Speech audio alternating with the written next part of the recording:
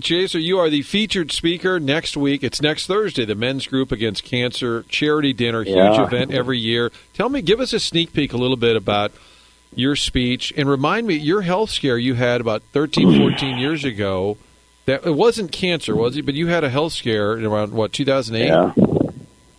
Yeah, so, there's a little bit more to it now, I guess.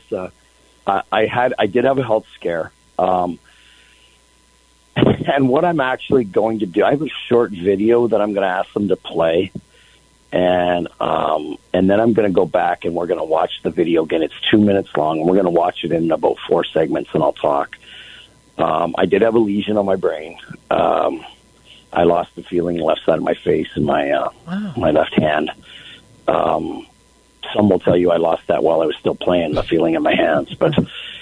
in any event, I was very fortunate that they were able to figure it out and get well. But most recently, and I never really shared with anybody, and it kind of went out a little bit under the radar. I wouldn't have told anybody, but this past spring, I got cancer, prostate, and some polyps in my colon and in some areas where I went through radiation and treatments, and I never told anybody, I never told I told my immediate family, but I never told, the Blues or the public or a lot of my friends and a lot of my family.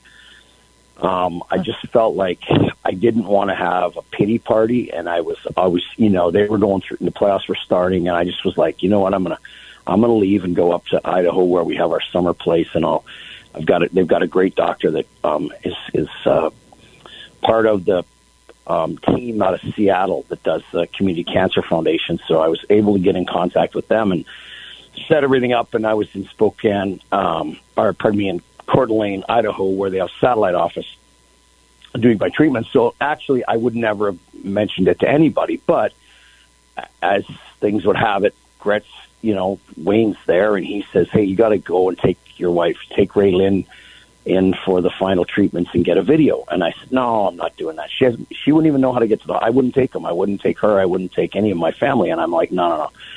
I go, "Gretz, it's fine. It'll all be good. We'll let, the treatments do their job, and then we won't have to talk about it anymore." No. Send her in. So he's got Ray Lynn coming in with me. Meantime, after my last treatment, they're going to have a few cocktails at 9 a.m. ready for me when I get back at this little pub we have, right? So they do the video, which I'm opposed to, and I'm like saying, "Nah, I don't really want you to do that. Like, I don't, because I never told anybody, and I just wanted to make sure everything was going to be fine before I say anything." Well, it wasn't like, Jamie Rivers tweeted it out. Wayne Gretzky sends out on Instagram at 11:07 exactly. Oh my God! Idaho time. He sends out the video.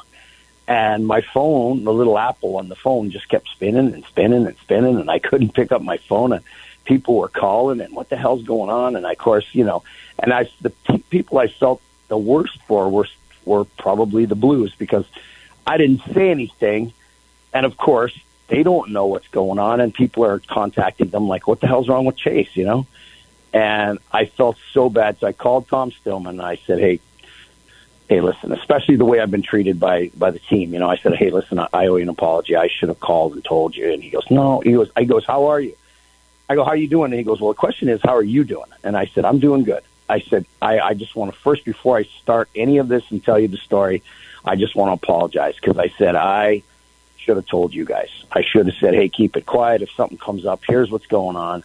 I wasn't expecting the world to find out through. And of course, Wayne did it purely out of, compassion for and my family and saying everything. And love. Yeah, he did it for all the right reasons. Yeah, but it was just not. It wasn't like somebody just,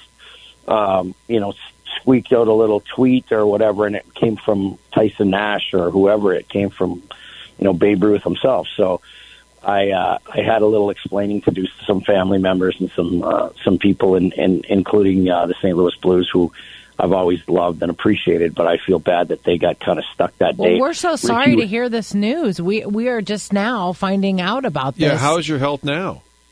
Oh, it's good. It's good, yeah. No, I'm going to be fine. Like I said, it's when he sent it out on whatever day that was in July, I guess that would have been my last treatment. I had my PSA on my, which is how I ended up, I think, in the situation I'm in speaking at this event. And I, again, it's just not something you think. I never ever thought about it being me and whatever, but I'm also not, not really. I tell everybody, they go, "How you doing?" And I say, "I'm fine. I don't think there's a germ that wants to live in my body too long anyway, so we don't need to worry about it. I'll be all right."